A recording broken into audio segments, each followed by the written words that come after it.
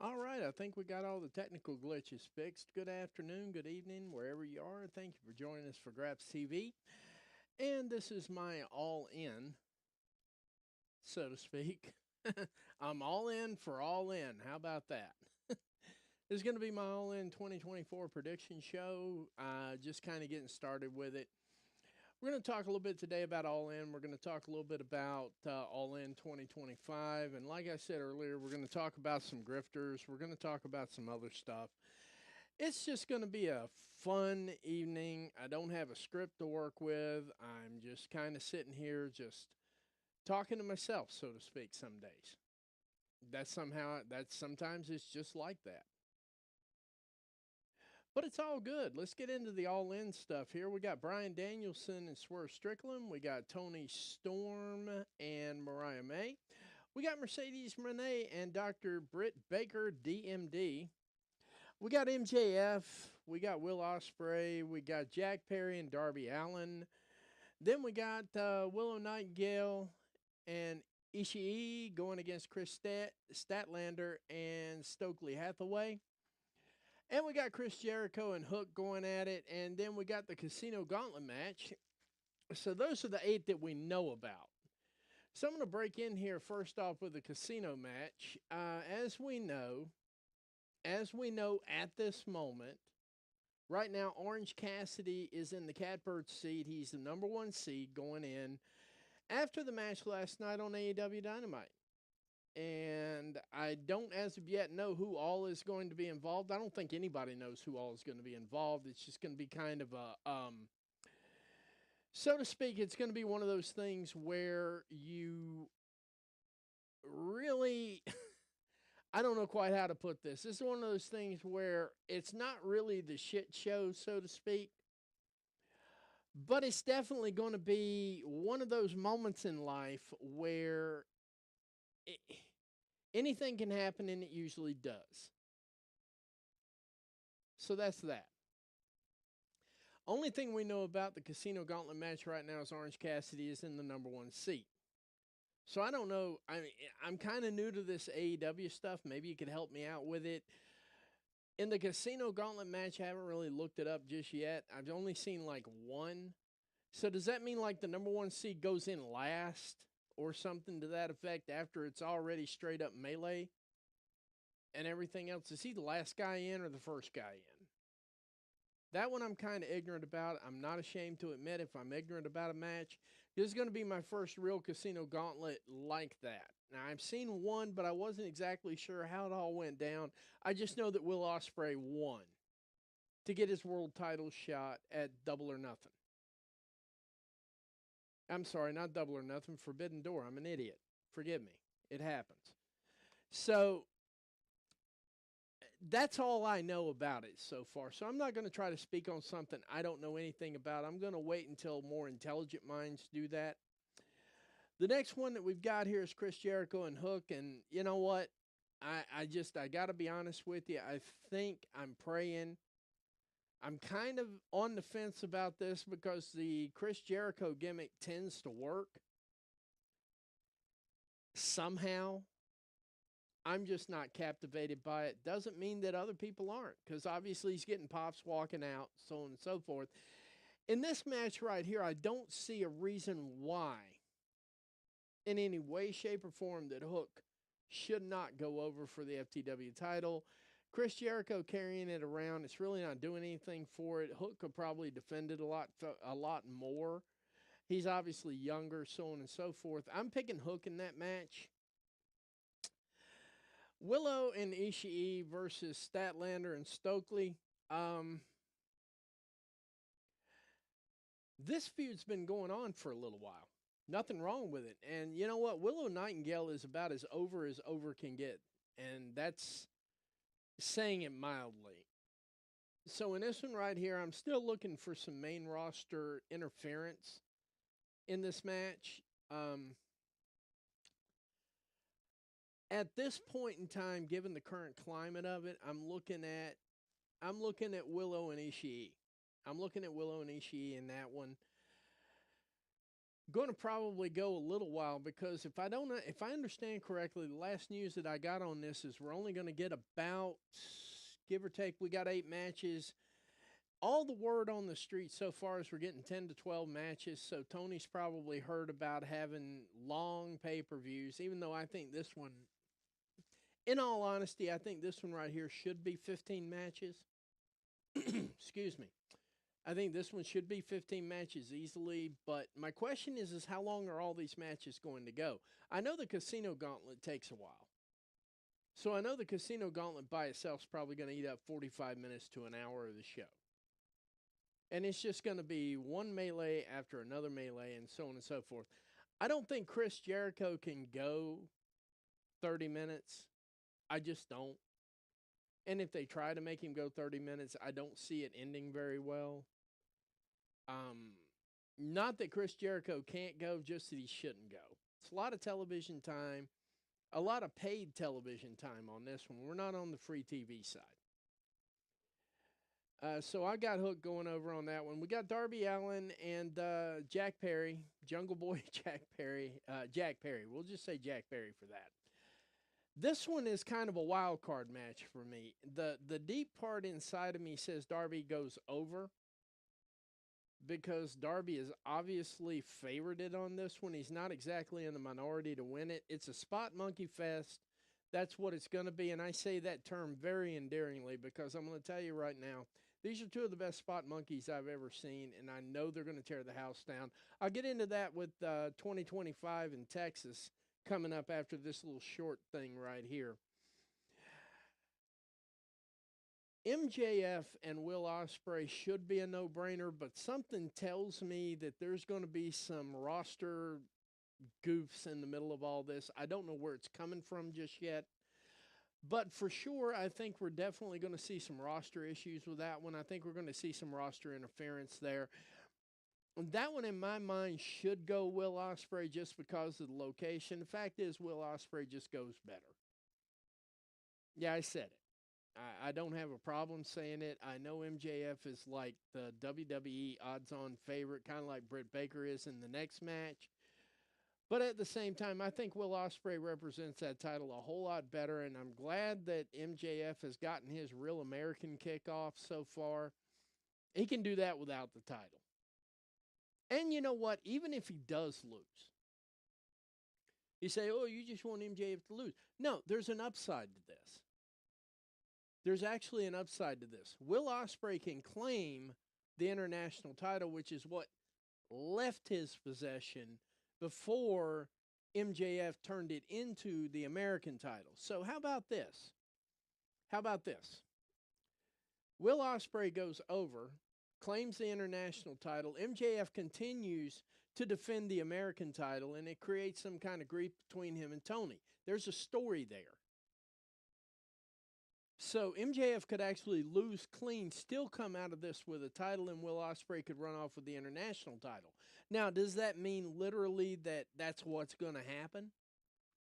It's just a thought that comes off the top of my head because because MJF has been parading the American title around, not the international title. In my mind, he could legitimately lose that match and still claim the American title because he would have only lost the international title. And I'm going to skip over Dr. Britt Baker and Mercedes Moné for a moment because I'm going to cover that match going into my next segment, so I'm just going to hold off on that one. Mariah May and Toni Storm. Ladies, if this feud gets any better, it's going to blow the roof off. I know some things I would like to see in the feud. I don't know that I'm going to get them, but I'm getting the feeling here, the way they're playing this thing over and just the tone. Because I think that, and I got this idea specifically from Covalent TV, and I believe it totally, because I listen to them as well. I watch a lot of podcasts. We'll get into that a little bit later on too. But let's just say for a minute that Mariah May goes over Toni Storm. Now, Toni Storm's had a hell of a run. She's gone through hella good competition. So is Mariah May. Now, she's built her way up gradually to get to this point of where we are. But at the end of the day, if Mariah May goes over, this is the gift that keeps on giving, because now we get crazy Tony Storm. And that's fact. Unhinged, I think, is the word we used. And I'm going out on a limb. Everybody's calling Bryan Danielson, the Bryan Danielson Swerve Strickland match. They're saying, at least I've heard probably 24 podcasters so far, say that they're picking Bryan Danielson to go over to win the title because he's never had the title in the company. I get it. I really do. And they said, well, it wouldn't hurt Swerve Strickland that much. I disagree. But that's just me. So the scenario that's been pitched all around so far, and I'm going to let that one cook for just a couple of minutes here, is Swerve Strickland drops the title to Bryan Danielson just so he can say he had it. And then down the road, so to speak, a month, 2 months, couple of months, maybe 3 months, Swerve picks the title back up off Bryan Danielson. He rides off into the sunset, goes and has his neck surgery. This one right here is another one of those that's kind of hard for me to wrap my mind around, because I know how it should go, but there's a whole lot of factors involved here. I mean, we're talking about if Swerve Strickland wins, it's going to be Bryan Danielson's last match, which, quite frankly, I would be happy to see as well. I would be happy to see this story end however these two gentlemen have agreed on it to end. The problem with that, though, is Swerve hasn't had the title very long. And everybody keeps saying, well, it wouldn't be a black mark if he lost it. I think it would. I think it would diminish him just a little bit, because he's in the middle of quite arguably one of the biggest tweener runs I've ever seen. So I'm still erring on the side of Swerve goes over, Bryan Danielson, retires, goes off into the sunset. There's no shame in not winning the big one. There's no shame in not winning the big title. Bryan Danielson's body of work speaks for itself. And as much as I would like to see him have a title run, and I would like to see him have a title run, I just don't want it to come at the expense of Swerve Strickland.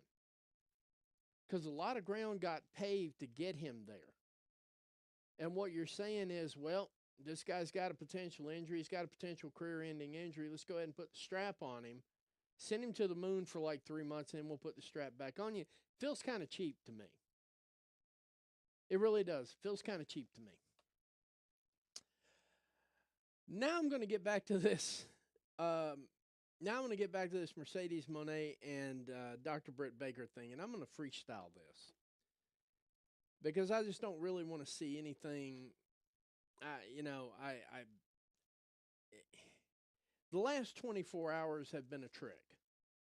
I made the ultimate mistake, and this is a mistake. When you're dealing with a narcissist who doesn't like to be wrong, I took the bait. I admit it. Right here. I took the bait.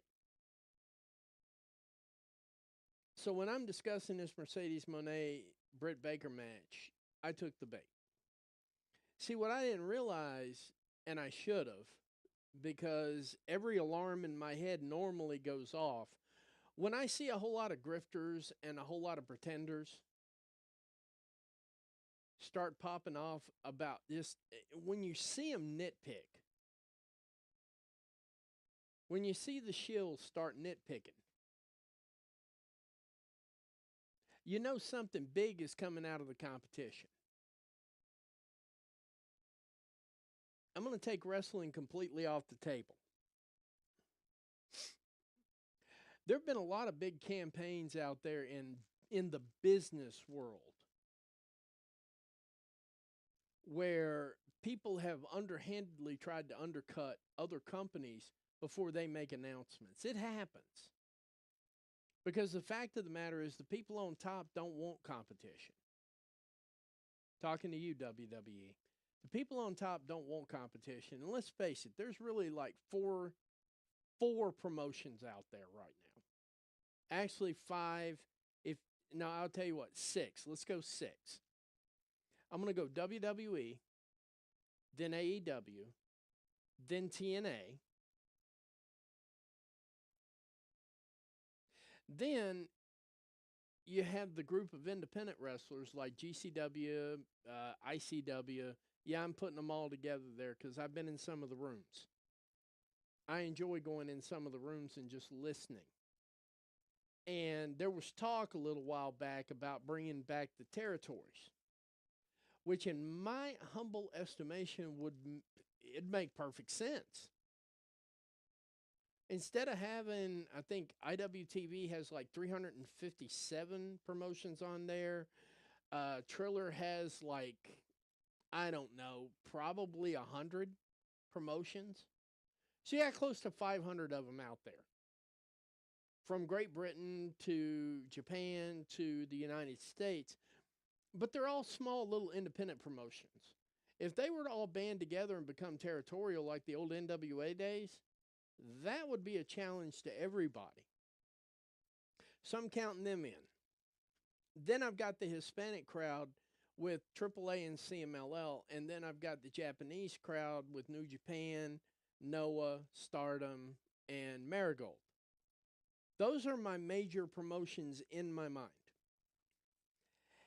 And it is clearly apparent that one of the promotions doesn't like it because there's a potential of 5 competitors out there.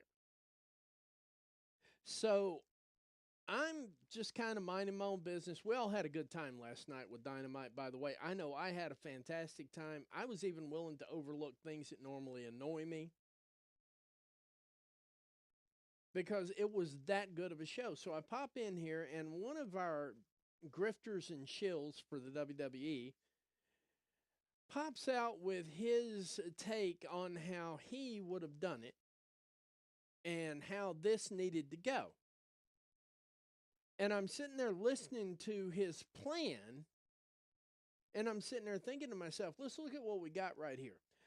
Aside from Strickland and Danielson and Tony Storm and Mariah May, your next biggest match after that, because I'm looking at all of them here. I mean, you could say that MJF and Will Ospreay would be your next biggest match behind that, and then Mercedes Moné and Dr. Britt Baker. But I really think Mercedes Moné and Dr. Britt Baker is going to be the third biggest match in there because they have the most to prove. Now, you've already got Britt Baker basically phoning this whole thing in. And his bright idea was to have Camille go in there and just wreck the whole joint. You know who I'm talking about. I'm not even going to mention his fat ass name. I don't really care. He's a shill. I mean, that's just all there is to it. He's a shill. We were getting All In 2025. Somebody got wind of it, and the phone calls were made, and all of a sudden your favorite WWE marks are all out there on the web going, yeah, I mean, Dynamite was an okay show, but here's the problem. Now, bear in mind, 2 days prior, actually 5 days prior to that, we're sitting here on SmackDown, and Cody Rhodes calls Kevin in the ring and says, you know what, we've been buddies for a long time. If I want to fight somebody, I want to fight you. Absolutely zero storyline, zero build-up. But that's okay. We're not even going to have that. Oh, it's WWE. They can do that. And then on the flip side of it, we've got a match right now that's got enough natural heat to it to warm an entire planet. And his bright idea was to go in there and diminish it. And then, of course, his little lackeys are back there going, yeah, man, that light creates heat and they can turn her face. She is face, you dumb motherfucker. How are you going to turn her into something she already is? Mercedes Moné clearly aligned with the EVPs, clearly the heel, because that's from those of us who actually watch the fucking show. And you're going to turn... This is a mentality that I have to deal with. You're like, oh, what have you ever done? Well, my question is, what the fuck have you ever done? Where's your promotion? Now, Tommy Dreamer to come out and said that, and I call him out by name because I actually respect him. If Tommy Dreamer had come out and said, you know what, because he's a booker, he books his own shows. So he's got that booking insight. He's already made the mistakes. He's already figured stuff out.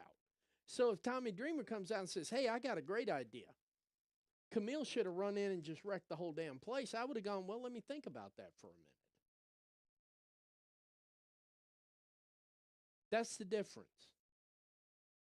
But when just a wrestler's sitting there who loses his shit and has blood pressure reverses every time somebody uses a table spot in a match just because he thinks he actually created that and didn't. So I'm just sitting there like, okay, well, this is WWE brain rot booking. Because that's what it is. You can't have people haven't bought the pay-per-view yet, dumbass. It's really that simple. You got 3-4 matches here for people to get invested in from all different genres of wrestling. And the women's titles, that's a really specialized investment. So what you basically want to do is absolutely kill the momentum going in there by saying, okay, I got these two guys over here. And Britt Baker is just, I mean, don't get me wrong. I haven't seen her wrestle yet. I'm just going on things I've been told. So I'm going to give her a shot to convince me. Don't get me wrong. It's not like she owes me anything. I'm just saying in my mind, before I take everything I've been told, I'm actually going to watch it. But the notion that it's somehow a great idea, and not to mention you got the 3-time champion in the ring with Mercedes, that somehow this is a good idea to beat her down, and then when Britt Baker comes in, you're supposed to go in and wreck Britt Baker. First of all, she's injury prone. So's Mercedes. So why you want to add extra chaos to it just doesn't make sense. And people haven't even bought the match yet. We still got buy rates to look at, and you're wanting to kill one match out of the 8 that we've already got. Because that would absolutely kill it for me. I'd have zero investment in that if I automatically know how it's going to go. I automatically know that half of it's going to get phoned in anyway. She phoned in that run-in, for God's sakes.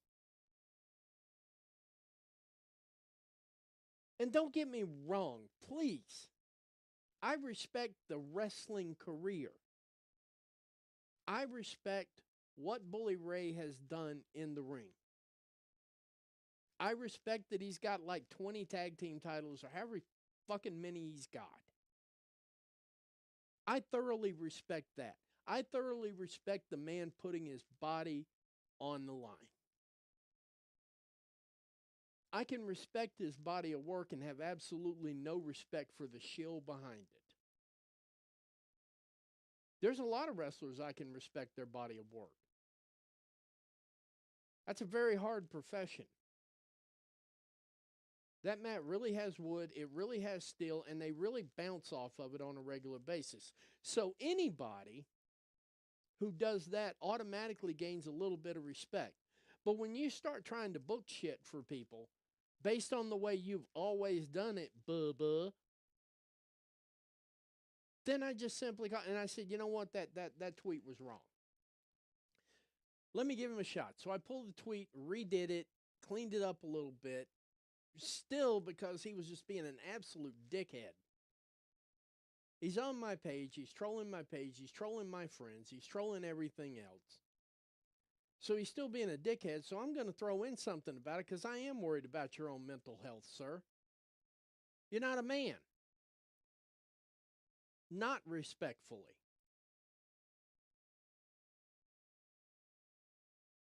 I've seen you in action. I've seen you in the public. I've seen you hide behind security. I've seen you do this shit. And somehow you feel like you're getting over. You're nothing but a clown, dude. Jesus. I mean, it's great. You got people that like you. That's fine. Until they meet you. That goes. Anyway, I'm done with Bully Ray. Bully Ray's in the back mirror. As far as I'm concerned, he's in the back mirror. If he comes on my page, he starts flaming me again, he ain't going to have to worry about blocking me. He's going to have a whole lot more to worry about than just blocking me. Not kidding. But the notion that you can blow this match just like that, we're not even to the go-home part yet. Maybe next week Camille steps in the ring, dumbass. That's your go-home show. The fuck are you talking about? Oh, yeah, a couple of weeks before the go-home, a week before the go-home show, this is what we should be doing. She shouldn't be doing it. She shouldn't be doing that. She shouldn't be doing this. She shouldn't be doing it. You know what? Get in the fucking ring again, dude. Get in front of a crowd again. Work a match. Not the little referee spot that they give you in the pop fest that we call WrestleMania. Get out there in a fucking house show and work a match. Reread the room, dude. In case you can't read the room, when the Young Bucks did their little stunt, and I'm going to tell you right now, the Acclaimed are not over. They're over in little house shows where they don't see wrestlers every time. Guaranteed house shows. They're over in Norfolk. They're not over in Pittsburgh. They're not over in Nashville where they get regular shows and the crowds keep them honest. They're not over in Bakersfield, California where the crowd kept them honest. They're not over. But even with that, when you had the main roster fuckery there at the end of the match where the referee got the bump, when Jackson kicked him in the short and curlies, that wasn't a boo heat. That was, we saw this bullshit coming boo. That's what would have happened if she'd have jumped in the ring and beat up on Baker. They're expected to be kept apart. If Baker is really truly the ceiling, as I've been told, it doesn't make sense for a 2-weeker in the door. I mean, I'll give you an example. Charlotte Flair, she's the tops in WWE. When she comes back, she's the ceiling. You got to get over her. I mean, when you get over her like Rhea Ripley did, then you can actually expand and bloom. But Charlotte Flair is the ceiling of WWE. And I don't say that as an insulting thing. Some people say that insultingly. I have nothing but respect for a family that goes through what the Flair family, the Fleur family went through in their lifetime. And they still get out with a smile on their face and they still put on a damn good performance. I got nothing but mad respect for her. But she is the ceiling in women's wrestling to everybody in that building right now except Rhea Ripley. Now, I don't care who you are. If you're a 2-weeker in, it doesn't matter if you're Camille Brickhouse. You do not go up to the ceiling your first day in the building and go, hey, you know, it just, the logic in it, the logic that it took to put that tweet together, the logic it took to get on camera and go, well, you know what, I think this green-ass rookie, well, she ought to just go with the ceiling. It's ignorant. I'm not saying you're ignorant because obviously you don't stay in the business for 30 years. You don't get 20 titles being ignorant. But you see, you're such a fucking narcissist that you don't stop and listen to what people are telling you when they're disagreeing with you, you fat fuck. And yeah, I'm saying that. You didn't have a problem calling Piper Niven a fat fuck, and you didn't have a problem telling her to stay out of catering, you fat ass, over 300 pounds. Cholesterol probably through the roof. Liver probably just eat all day long. You didn't have a problem doing that. I don't have a problem doing it to you. And you know what? If somebody comes up to me and does it, I'm not going to have a problem when they do it to me. You know why? Because I'm doing it to you. Pay it forward, pay it backward. The difference is you chose to make it personal, little man. Now I'm flexing.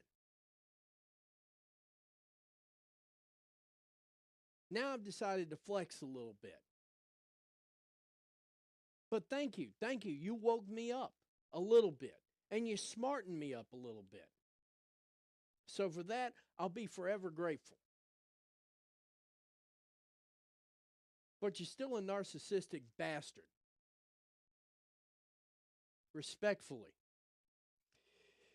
So in that match with Mercedes Moné and Dr. Britt Baker, it's a no call for me. I think it's going to end up in the Dairy Queen.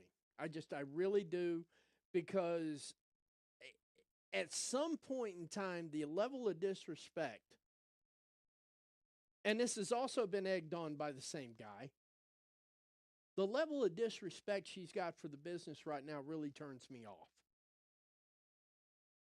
But I don't really feel like she's going to lose. But I don't really feel like Tony wants to take the title off of Mercedes yet. So I'm picking that match to end in the Dairy Queen, and I think Bully finally gets his little jizz fest going on when Camille Brickhouse goes in there and puts her in the fucking ground. Okay? I think he finally gets his little jizz fest. And then I want to talk a little bit more about Swerve Strickland and Bryan Danielson.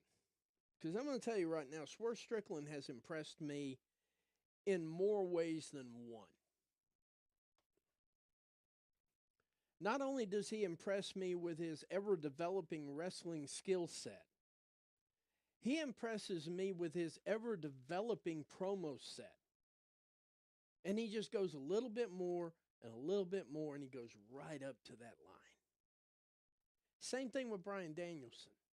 Goes right up to that line.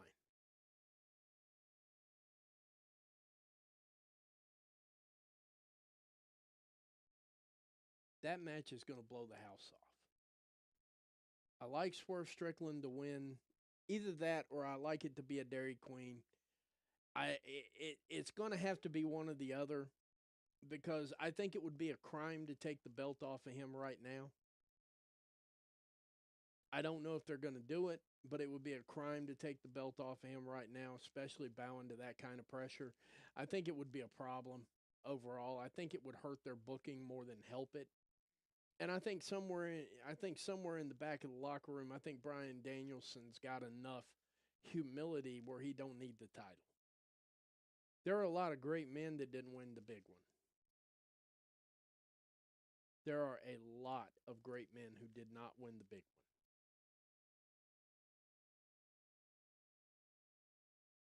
And he's won the big one in every other promotion he's been in.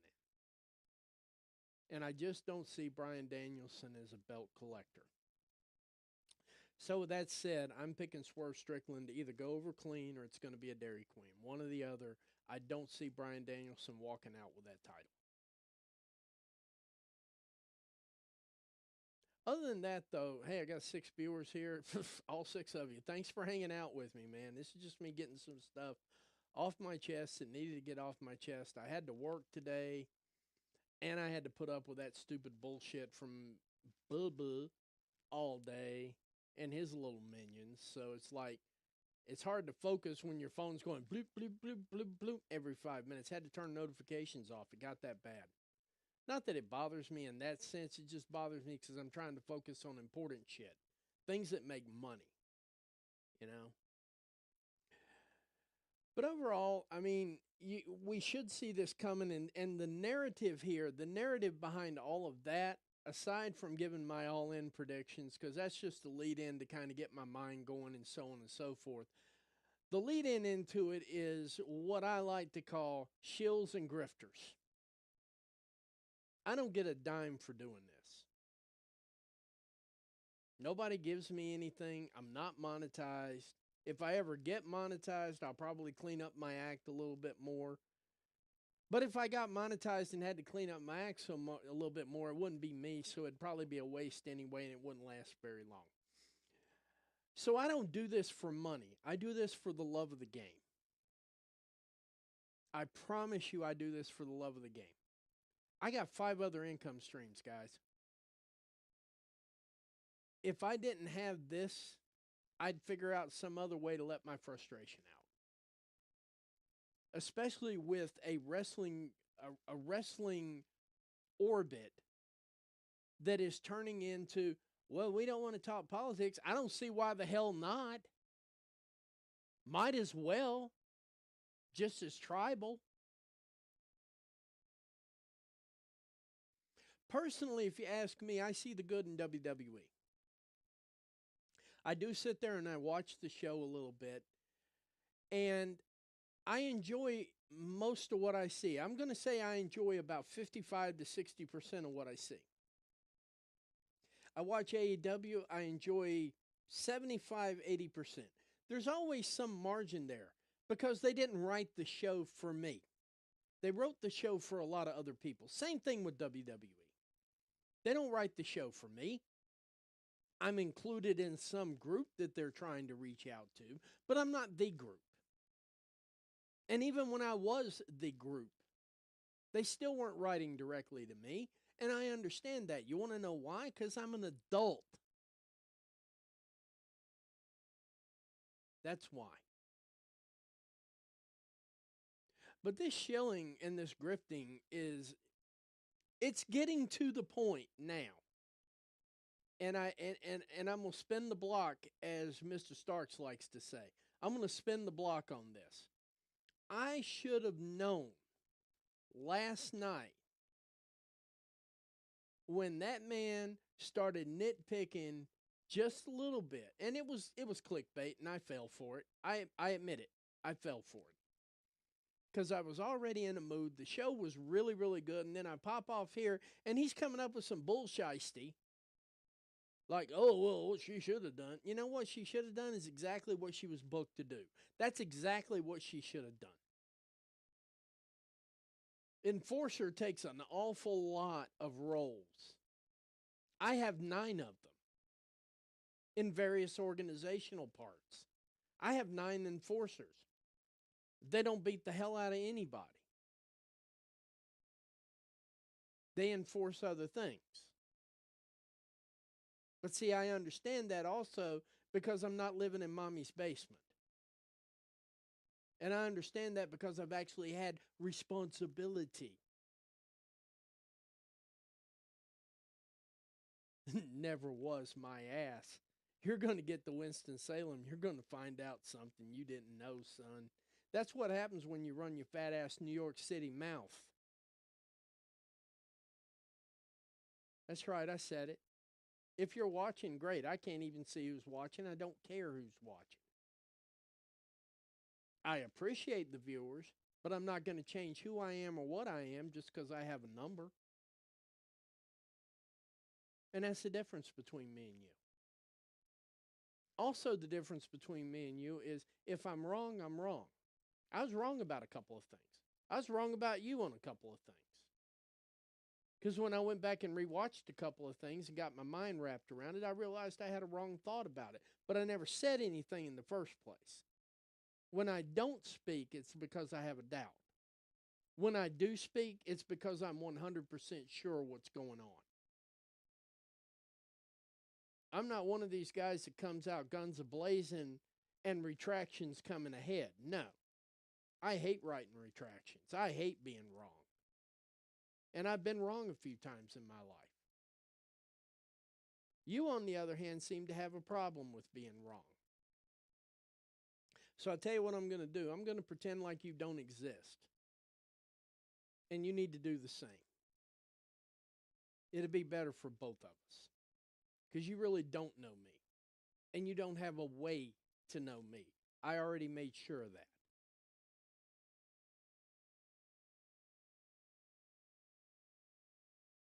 But for God's sake, son, can we just let everybody enjoy what they enjoy? Why you got to be out grifting and chilling? I should have known that All In 2025 was going to be an announcement today. Because y'all motherfuckers are out there in force right now. Goalpost just keeps on getting moved. Oh, they'll never do a stadium show in the United States.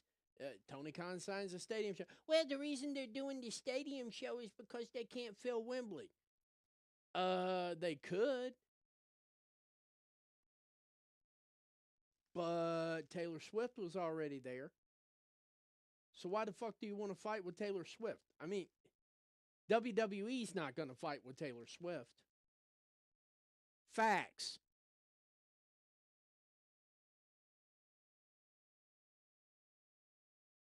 All you guys want to do is just keep pushing the thing. Do you know how stupid you look? I mean, do you honestly understand how stupid you look? If you don't, let me inform you. You look stupid. Every time, and here's the thing too, AEW is going to get the TV deal. Well, hey, you know that. They don't have it yet. Because nobody with common sense that's not a billionaire moves into a house that doesn't belong to them. Let me make that analogy for you. Let me go ahead and pull that thing together. Because I had somebody flaming me over that today, and I'm just like, when they get their TV... Actually, what had happened was... Anyway, Covalent throws out thing, and they were talking about, what do you think is going to be different when the WBD deal goes through? And I'm pretty sure I hadn't looked lately, but I know they're going to get it. How do you know they got a TV deal? Because people don't move into houses that aren't theirs. And furthermore, people don't put a whole lot of work into putting content in their building that ain't theirs. That's how you know. See, there was a question to it until it started spreading across Max. When it started spreading across Max, it was a guarantee. Because number one, Warner Brothers is not going to expend the manpower. See, some of y'all are used to sharing a video and you think it goes point and click. That ain't quite how it goes when it goes into something like this. We're talking hundreds of man hours to make sure everything's there, there's no glitches, there's no viruses, and the channels and the streams, and they can actually handle it. It gets load tested. It gets speed tested before it goes live. That takes man hours. On average, when I was at Spectrum, they expended close to $200,000 to $300,000 a month uploading content to Spectrum. And that's just Spectrum. It's a very small piece compared to Max. Spectrum is local. By local, I mean 27 states. If there's a TV on Mars, there'd be a server on Mars, and Max would be on Mars. Big difference in how that works. So if you, honest to God, believe that Tony Khan went to the business of handing his content over, and if you believe that Warner Brothers expends the manpower and the capital to get it from that point, and it's coming our way, guys, it's almost here, and they don't have a deal, you're as fucking stupid as anybody. And I don't want you watching, because I don't want to have to deal with the dumbass questions.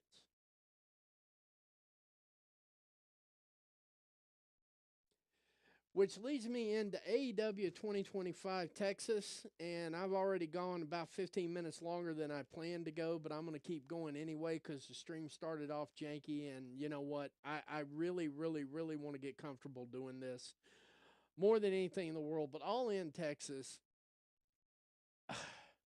what a night and day approach to everything. I think Renee Paquette was saying that Darby Allin was, as soon as they announced the deal, as soon as they got all the press stuff out of the way, first thing Darby Allin did was start walking around the stadium looking for cool shit to jump off of. That's why I don't mind him being a spot monkey, because he's creative with it. And he's not a complete spot monkey. He's got wrestling skills too. But that was just absolutely beautiful. I've been very happy with that deal. I'm going to be very happy with All Out. I'm going to be very happy when they get the TV deal.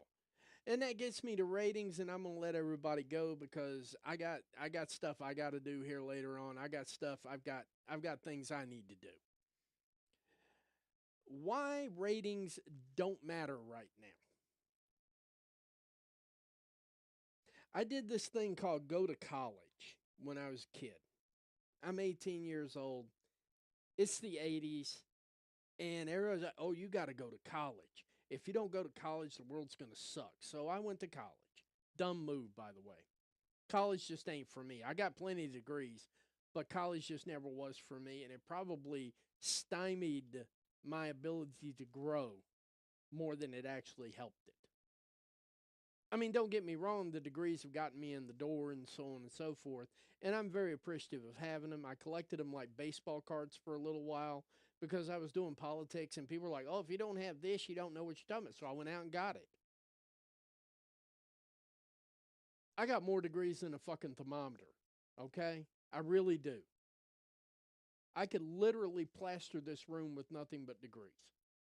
I collected them like baseball cards. And one of them I collected was business and international business. When Warner Brothers is dragging their feet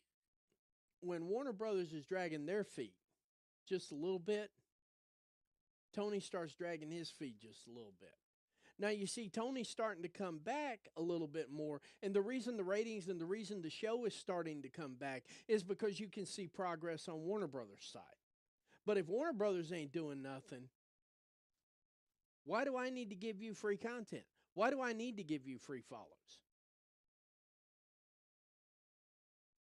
I don't pretend to be as smart as Tony Khan because obviously I'm not a billionaire. I don't know how he came into it. Don't care. He's got it. I don't. Relevant. But he's been able to hang on to it when other people his age can't. So that tells me that he's got a little bit of intelligence here. And basic business class tells you that you give to get and you get to give. I'm going to say that again one more time. You give to get and you get to give. That's how business works. Now, that's a real oversimplification of what's going on here. But the quality of the show has declined a little bit because the quality of the money that's being presented probably declined a little bit. And as the quality of the money's come up, the quality of the shows come up. You ever notice that after that period, and then Tony hauls off to France, comes back with his cryptic, really short cryptic, had a great time, we got a whole lot of stuff solved. You notice how the quality of the show is coming back?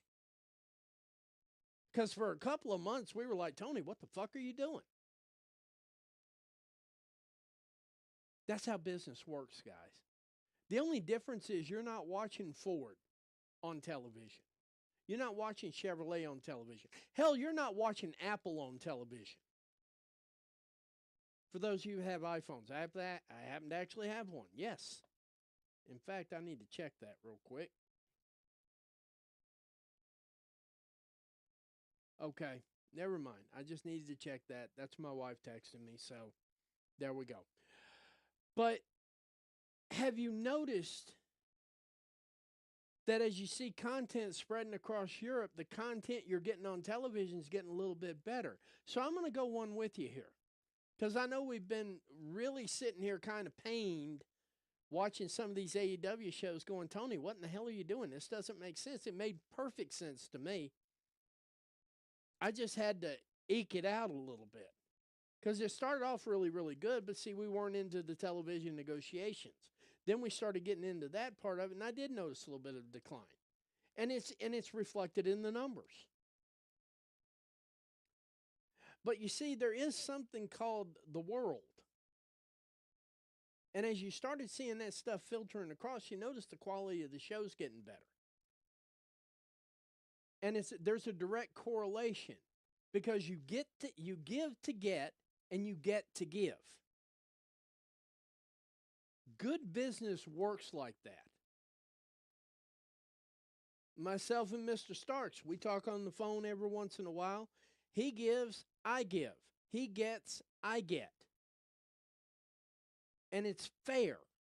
In fact, I would say, beyond a shadow of a doubt, in the current deal that we're working on right now, which is going to be pretty damn big come November, I would say I'm getting the better part of that deal. And I appreciate that.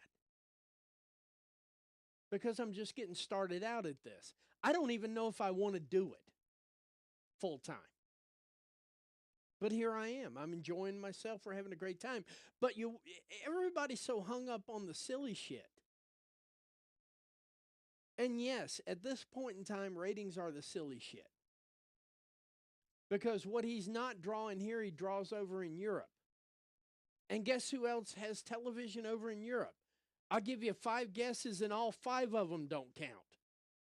If you think that TBS is like a United States only based product, you're an idiot. They're doing fine overseas. And in many cases, they're doing WWE numbers overseas. Now, they're not doing them over here because, I don't know, maybe the WWE's here. Maybe the WWE doesn't have the ability or the time or the effort to fuck with them overseas like they do over here. Not my place. I'm not in the room. And guess what? Neither are any of you.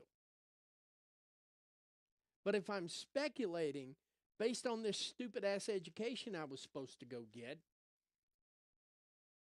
the education tells me that's what's going on. Because we actually had classes like this.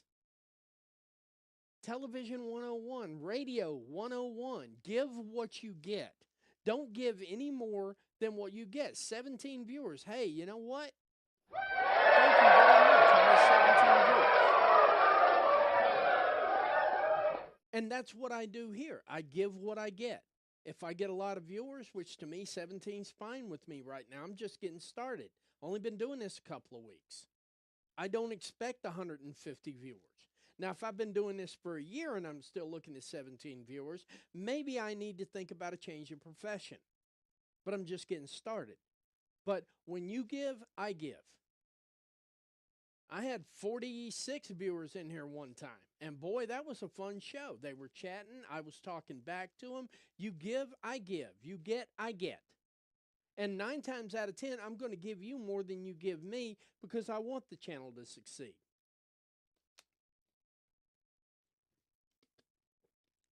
But I don't think Warner Brothers got serious with them until they started saying, okay, well, we're here till at least, I don't know, December, January or so. So, I mean, cancel us if you want to. And then the NBA drops off the planet and they're like, whoa. That's what's going on with the ratings, guys. Plain and simple. Real simple solution, real simple things. Because I can take the complicated and make it simple. I can do that in wrestling. I can do that in business. I can do that in pool. I can do that in basketball. I cannot do that in football because I don't know the plays. But I can do that in basketball. I can do that in pool. I can do that in wrestling. I can do that in business. Which is why I have 5 revenue streams. Not bad for a never was, right, Bubba?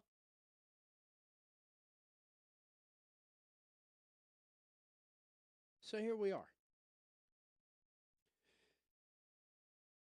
What I would like to know, if anybody feels like chatting, I'm not going to flame you. I don't care. I'm not that guy. I'd like to know what people think about All In. Are you watching? Are you buying? If you're not buying, why are you not buying? Because maybe there's something I'm missing, but I don't see a problem with anything. Tony Khan is the king of pay-per-views. He took what Vince McMahon did with WrestleMania 1. And I'm going to tell you what, and I've been told that Double or Nothing was not that good a show by the regular AEW fans. They said it was not up to par, and I'm like, this is one of the best pay-per-views I've ever seen. And I'm talking about a lot of WrestleManias. The only thing that tops it in my mind is the one where Stone Cold Steve Austin passed out and didn't tap out. In my mind, that's the only pay-per-view right there. And I can't remember all the matches, but I definitely still remember that because, by God, everybody does the Austin finish now. But that, in my mind, is the only WrestleMania that WWE puts out that competed with Double or Nothing in my mind. And I'm told that that wasn't even a good show by a lot of AEW aficionados' standards. So if that's not good to them, I can't wait to see what I'm getting out of All In. Fewer matches, maybe a little bit more time to develop the story in the ring. If we're only going to have 12 matches, which is what I've been told we're going to have, that's being widely reported, and it's been kind of co-signed by people that I trust. So if they're only going to have like 12 matches, keeping it under 15, All In's going to be a banger, man. So that's what I want to know. I want your predictions. I'm tired of sitting here talking. I'm not going to flame you. I'm not going to be some narcissistic prick if you don't say what I want to hear. Because that's what we're here to have. Free discourse. Free thought, free discourse. If you can't have that, you don't have a podcast. If you cannot have free thought, free discourse, and if you can't have free speech, I may not like what you say, etc., etc., etc. You're a grifter. If you're on here to just pontificate your thoughts on everything, which I'm not, I'm open. Some people have told me, man, you were off on that. Really, how was I off? And then they explain. I'm like, okay. We used to have that before. I tell kids this all the time because I'm in the room. I'm sitting there listening to people. And you're like, well, how did they do it back then? We didn't argue. We all had a problem. We knew what the problem was, and we worked collectively to solve it. If my ideas didn't work from my side, we're going to try your ideas. If your ideas don't work, my ideas don't work, we better get together and try this thing out again. That's how we used to do things before we became tribal. I'm not always right. And in fact, I'm going to say I'm wrong 50% of the time. It's wrestling. I'm not in the room. I'm not booking the matches. I like to be surprised. I very rarely am surprised. Even when I'm wrong, I'm not surprised because I see the ending of it and I go, how the hell did I not see that? And it develops me a little more. This last WWE plea, I didn't miss any of the matches. And I don't even half-ass watch the shows. I kind of listen to them in the background, then I follow, review shows. Now that I'm reviewing them, I actually watch them. But if I miss a match in WWE, I'm like, oh, how did I miss that? And then I look at it, and then I replay it in my head. I'm like, oh, that's how I missed it. I missed that angle. So the next time I'm watching the set, I look for that angle. I don't miss it again, but I have been wrong. It's okay to be wrong. As an adult, raising kids, I can't tell you how many times I've been wrong doing that one. It's trial and error. Same thing with this, And I don't have industry feeding me stuff. I have the television feeding me stuff. So one last call, and I'm going to get out of here. And this is going to be my clear the air. Yeah, I'm taking that phrase just for one night, so bear with me. It's okay to be wrong, and it's okay to be right. It's not okay to be narcissistic about it. You are not God. I am not God. None of us are.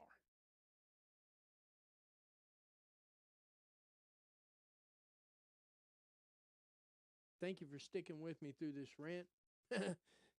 I appreciate your time as we went over that stuff. I don't even know how long this one's going to stay posted, but reality is probably it's going to stick up there with the rest of them. Hope y'all have a good evening. I'll see you again Saturday night for my Collision review, and it'll probably have some Dynamite and SmackDown in it.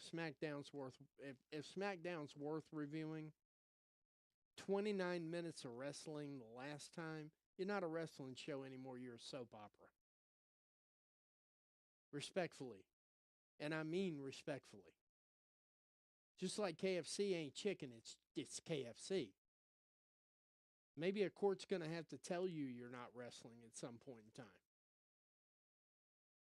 for you to get the picture. And don't get me wrong, I love WWE.